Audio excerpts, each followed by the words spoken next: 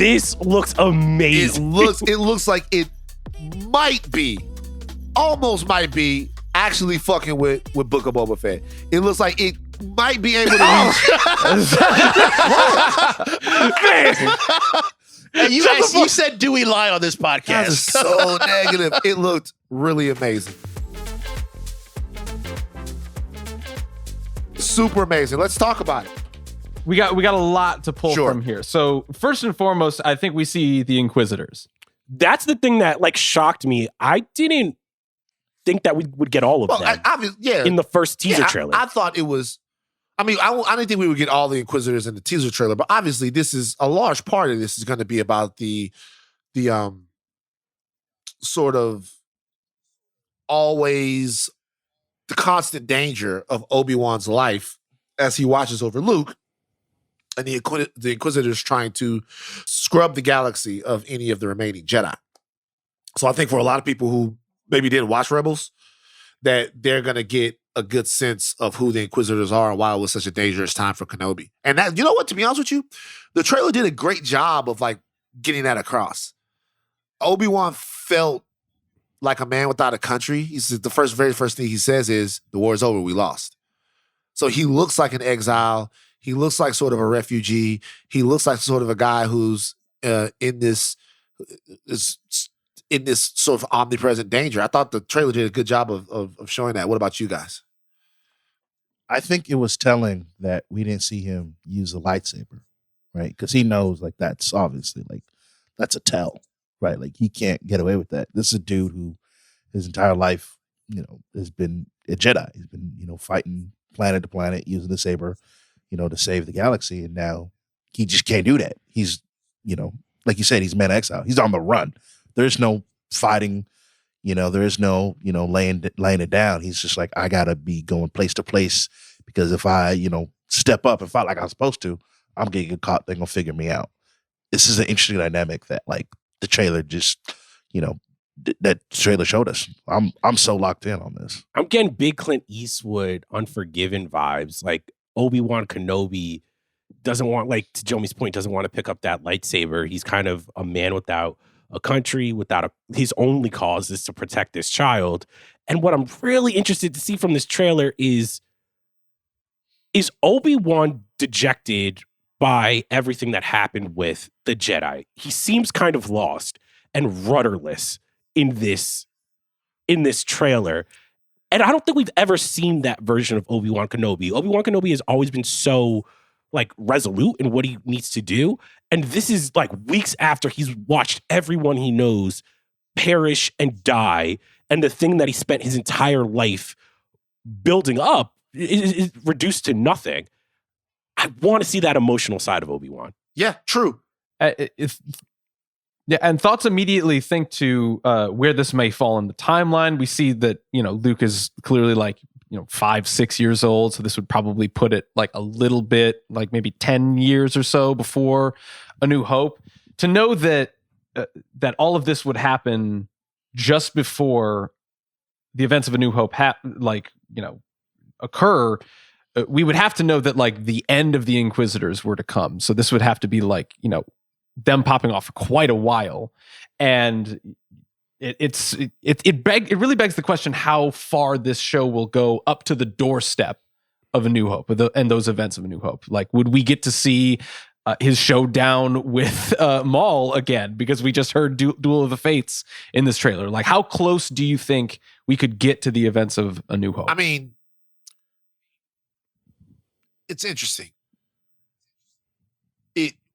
Look, obviously it depends on how successful the show is, how long the show runs, because look, there's a couple of things there that we have to like, as fans, we have to suspend disbelief, right?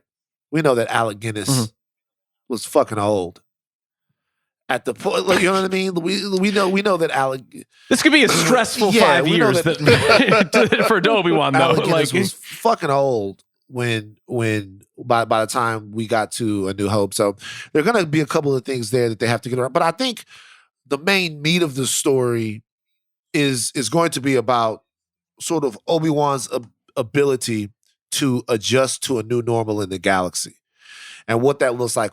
And it's interesting that Charles says that that he's a little bit, he doesn't have any focus. I think he does have a focus.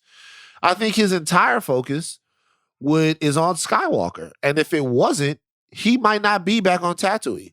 He might be, it's at this point, we also know about Obi-Wan that he's not really a part of the resistance. And he won't really become someone, at least, who is really aiding the resistance in a real way until a little bit later on. So there are things that are going to be very grounding to his character and very clear goals that he has. As far as where we get to in terms of New Hope, would you guys want to see a situation to where this runs right up into some kid recast as a young Luke Skywalker? I don't think I want that. You know what I mean? I don't want that, but like I'm wondering, like, if you watch Rebels, like we see a very, very old Obi-Wan go up against Darth Maul. Do you just redo that for live action now? Like, is that something where would you be upset about that? No, I want it in live action. I'm just saying, like, how does that work? Because it's already canon in one of the series. We've seen it before, and in that depiction of it, like, it's Obi-Wan from A New Hope. He's great. Like, I think there could be some fudging of, the timeline or when that could happen. I think for live, I don't think Dave Filoni and Favreau are, opposed to something Obi-Wan, like that. Darth Maul duel has got to happen in this show, doesn't it? Oh, it needs to. It needs to. Speaking of duels, begs the question. Let's talk about the Darth Vader of it all, because we hear Darth Vader breathing. We know that Hayden Christensen is cast as this. I posed this to you, Van, the other day. It's a very pointed move to cast Hayden Christensen himself, rather than to know that Darth Vader is just going to be in this. Do you think that we see flashbacks to Clone Wars era Anakin and some extra scenes with him and Obi-Wan? They'll probably, maybe. Yeah, for sure. For sure they will. I can't imagine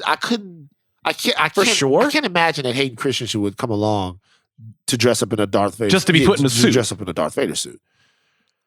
See, that's why I locked in on Clone Wars, because I was like, they can't bring Hayden Christensen and just put him in a mask and just have us be like, cool, that's Hayden Christensen, just believe that's him, right? We're gonna see flashbacks of him of Anakin and Obi-Wan hanging out, doing, Padawan Jedi business.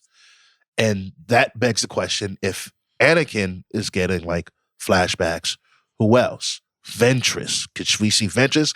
Could we see Satine, the Duchess? All right.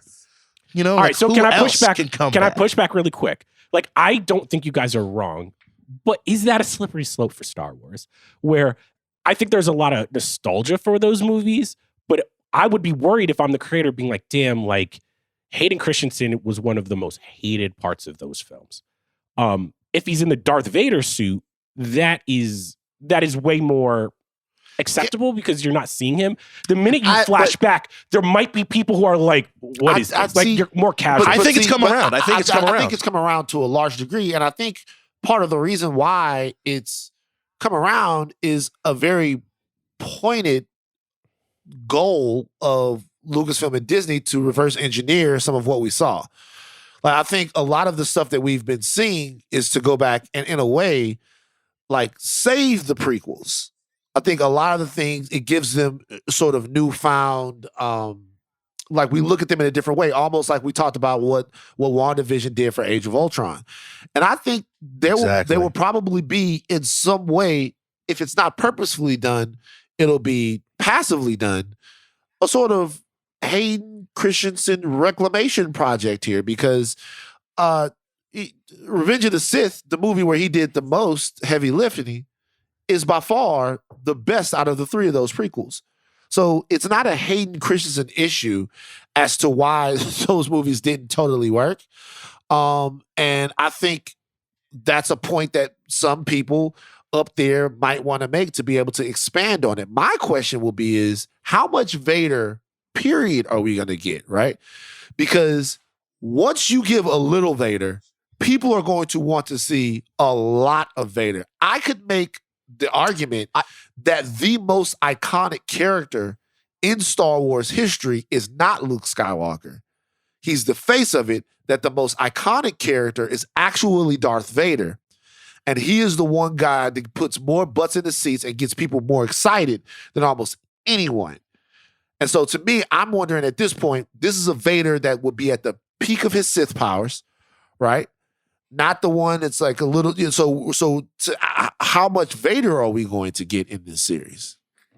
Well, all right. So how much do you feel it? So my question is, how much Vader do you get before it's too much Vader? Because he's like this very special thing where so much of what we know about their relationship in Revenge of the Sith, there's a bow on that. And I'm excited to see Vader, but I'm like, damn, if this inspires a Vader spinoff, if Vader's in multiple episodes, I'm like, oh shit, like, does a little bit of the magic wear off? Because the thing about Vader is like, he's great in smaller doses. I don't want any show more than I want a Vader spinoff. I gotta be honest with you. What? That would be incredible. I don't That'd be want incredible. any show more than I want a Vader spinoff. If we're about the Hayden Christensen Reclamation Project, I also agree all with this. the prequel shows that they could do, a Vader spinoff is the show I would be more than any of them. It's not even close. After Boba Fett? Interesting. After the Boba fuck does Boba Fett have to do with it? Taking a Nothing to very, do with very it. beloved character, almost like mythically beloved character, and we're all like, of course, Boba Fett, you can't fuck this up. There's no way you can fuck this up. My fear would be like, if Darth Vader, I'm just like, damn. Nah. There are like 6 ways to Sunday you could. No, I to think- answer your question, Charles, I think, they're obviously, Kathleen Kennedy has said this, we're going to get the rematch, right? What happened in A New Hope with them just fighting little sticks, that's not going to cut it anymore. We're going to get Obi-Wan versus Darth, like legit. And we can all imagine that will happen in episode 6, right? The finale. So we probably get 2-3 episodes of Darth Vader. I don't think like we'll see him in episode 1. I think they'll hold that back. You know what I'm saying? We might like hear him. You know what I'm saying? We might see him mentioned, but I don't think we'll see the dude in the mask until the second half of the show, which would be like 3 episodes. And I think like that's fine. I want them to handle it the way they handled Vader in Star Wars Rebels, where it was like just enough where he's like menacing in the background. Ahsoka fights him, like, but he's not taking over the entire narrative.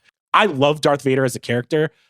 I don't want this to just become the Obi-Wan and Darth Vader show. I think you need to slowly pace that out. I don't know if we're going to get a season 2, but I just don't want, all right, Vader is all the way in front. Like, you got to tease that and use it sparingly. I think the smartest version of what the show could do is probably examine Obi-Wan's relationship and probably postpartum thinking about how his relationship with Anakin has kind of evaporated, and now it's just I am tasked with taking protection of his son.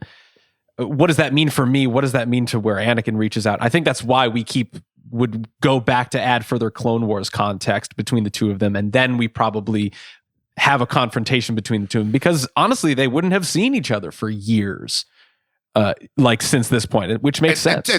And you have to ask yourself about Obi-Wan knows that Anakin Skywalker is lost to him, but there's the intellectual knowledge of that, and then there's the emotional coming to grips with that.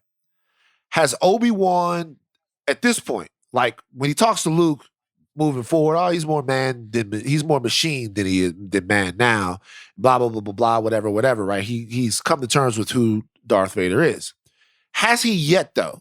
Like to your point, at the point that we're meeting him right now, has he made his peace with the fact that that guy is no longer his little brother / son? Has he made his peace with that? Right. That's probably haunting him. The failures, the first thing he says is the war's over, we lost. The failures of Obi-Wan Kenobi, the Jedi, are going to have to meet with the goals of Obi-Wan Kenobi, the hermit, the man in hiding, the protector.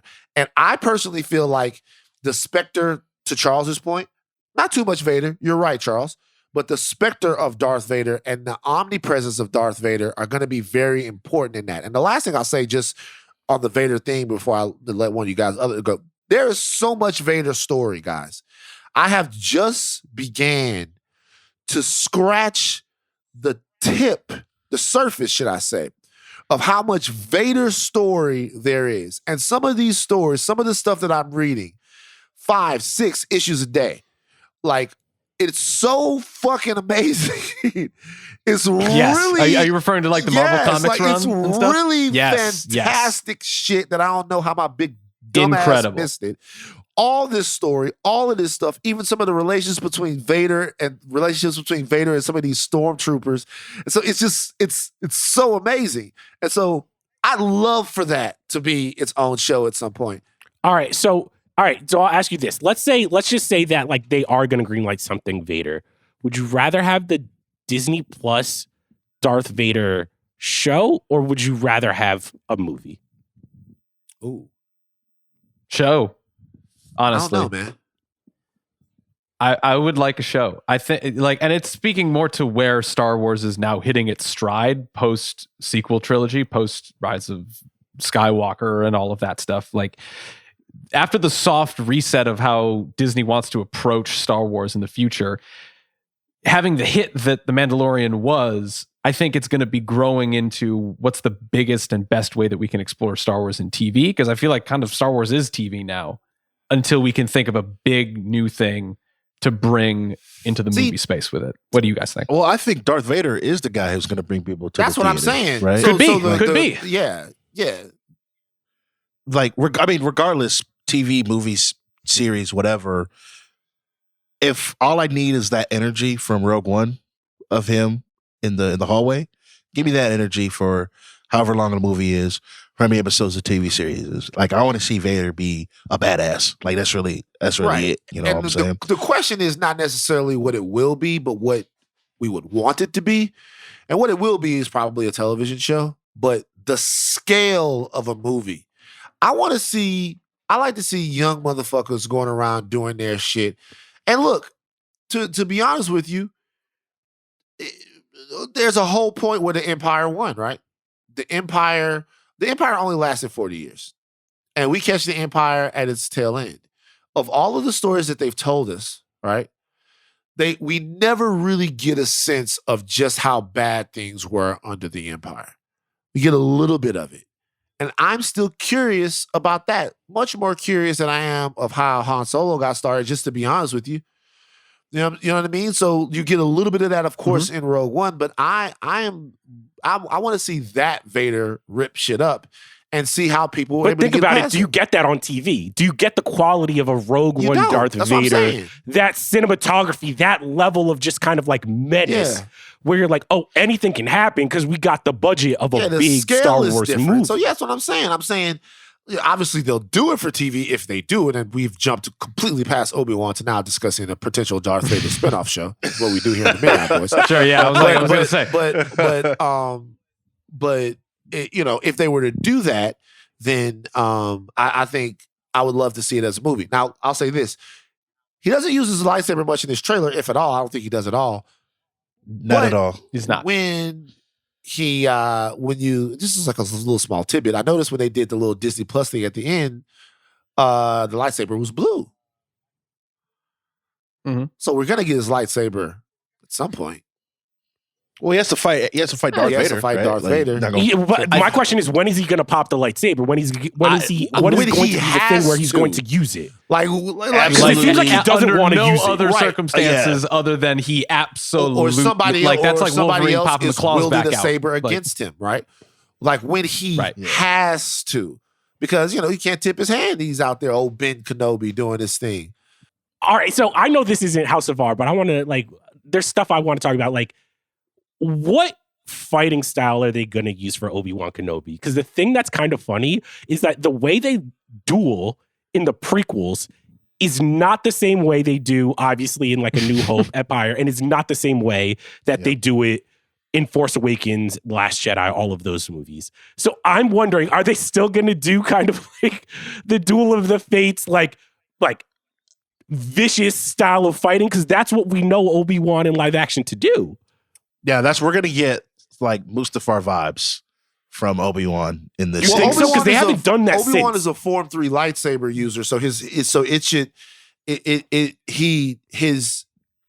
it should be relatively the same. I mean, he's not as quick. You're saying it should be the same as it was in the prequels because they haven't done that since. Well, in live action. Wait, what do you mean?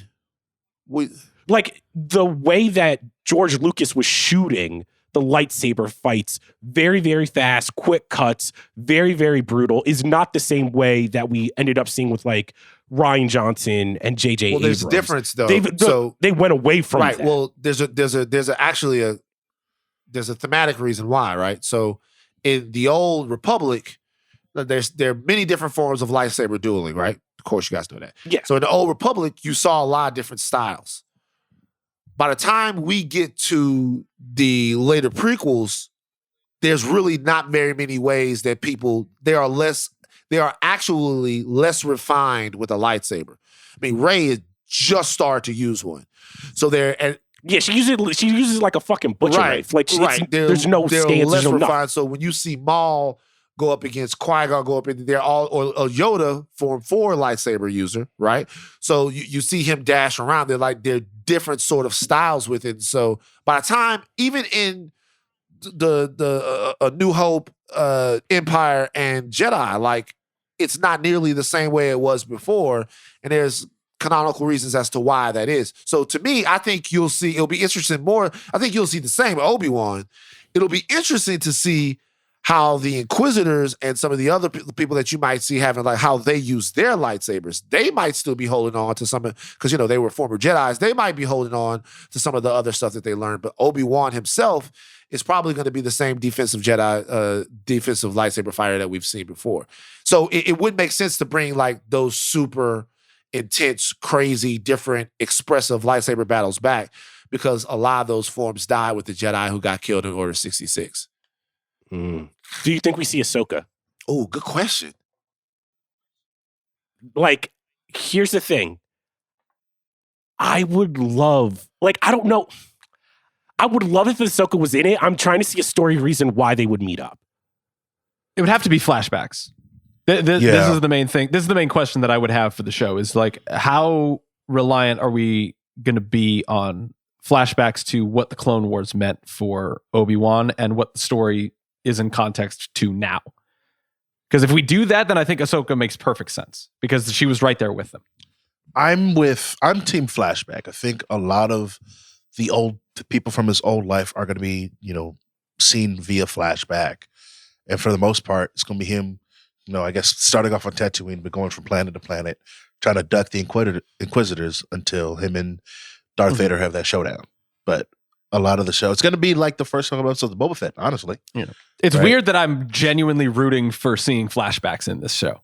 It makes way more sense in this, where I'm just like, the dopest shit you could do is flashback and give us live action Clone Wars shit. Hip, Chris. No, not me. Y'all, I was with it. Hypocrites. Hypocrites. Hip dogs.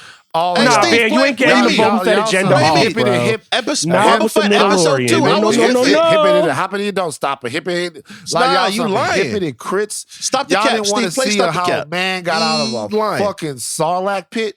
Y'all didn't want to see how a man got out. Y'all saw hippity. Come on, bro. Don't do this. Nice. 17 wasn't great. You're lying on me, y'all don't Van. want to see, but we want a flashback. Van, you're better than this. You're better than this, Van. Flashbacks to movies that y'all don't. I've been watching so much Star Wars shit from top to bottom. I watch Clone Wars. Do you know, in the last 3 weeks, I've seen Attack of the Clones 4 times. I don't know. You're going to tire yourself out. You won't commit to watching the Clone Wars? This is a spoiler, but we're rewatching this before Obi-Wan every day. What? There we go. You're spoiling it. You're supposed to be watching this because we're going to do some pods. We're going to do some midnight misses with all the prequels. We are doing it. So, but I will say this, though. Obi-Wan Kenobi!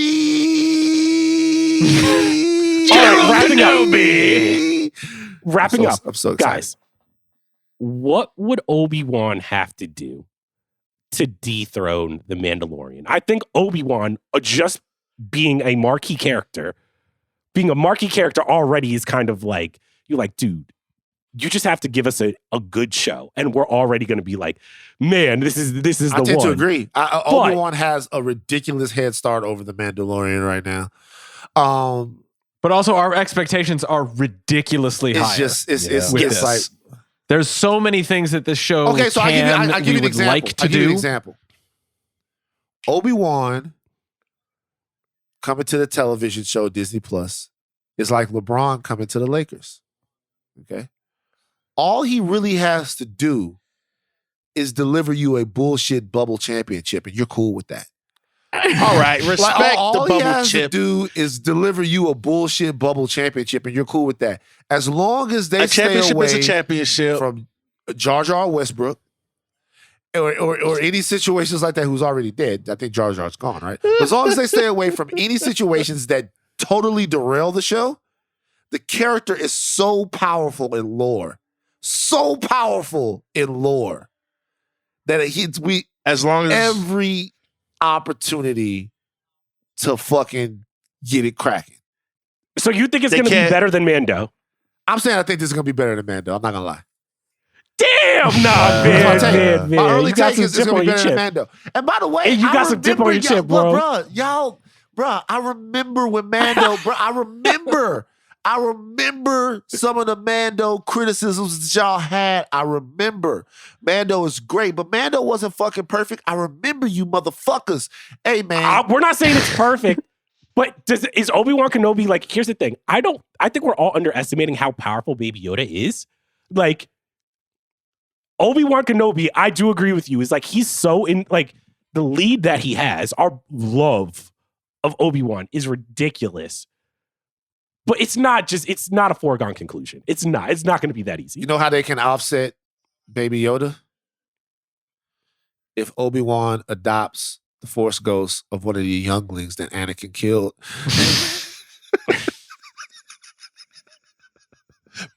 All right. And with that, bring back Biff. No. Bring Biff. Y'all know my Clone Wars people know. Bring like Biff. Obi-Wan. You know, as a little Force ghost. All of a sudden, Obi-Wan is asleep, and he wakes up. It's like, Master, do you know what Skywalker did to us? And that's your cute right there. Little guy that Anakin Skywalker killed. Like, he killed younglings. All right. So, Van, basically you're saying as long as they don't bring, like, stinky Schroeder, to the show, you're going to be good. I'm good. I think Obi-Wan's going to be great. I think, but I think it's going to be great. You just saying it's immediately going to be better than Mando is a take. I didn't say immediately. I think it's going to be better than Mando, and I'm right. Honestly, that's my deal. I don't think that's that hot of a take because, and we've mentioned it, the clout Obi-Wan has over the people is incredible. Like, let's be honest, right? If we get the show and it's like, all right, it's like good, people are gonna lie about this show. We know this. Ooh, you saying people gonna lie about the show. If it's like, okay, right? If it's not the best thing we've ever seen, but it's like good, people are gonna hear and be like, man, this is special. Because people love Obi-Wan, right? I don't think I've seen Star Wars fans excited for something in a long time. Not even like maybe episode 7 levels, maybe Mando season 2, but this right here, this Obi-Wan. No, this is like one rung below Force Awakens. Like, oh shit, like they're doing this again. I will say though, the thing that scares me is I'm like, just in this conversation, if they don't do certain shit, dog, it's a wrap. Like, there's certain things that they need to hit where if Darth Maul isn't in this shit, like they're fighting for his life, people are going to be pissed. Same with Darth Vader. So. Like a Darth Vader like level fight from Revenge of the Sith. If we don't get like a level fight of that, people are going to be pissed. Like there's things that they need to check off. I don't want to put flags in the ground to say what the show needs to do, but I think what we can thoroughly expect is something to be monumental come the end of this. I also think about this. And this is a question that all Star Wars fans should be thinking about right now. And I want all of the Midnight Riders and the Midnight Mob to think about this. With some of the content that we've gotten already, the question is, what don't we know about this period in Obi-Wan's life? Think about this. Now, you might think that you know everything, but I bet that you don't. What don't you know about Obi-Wan's life? Because when you think about these shows and the moments that they're able to create in terms of putting things on the screen, It's when they surprise us that they get us.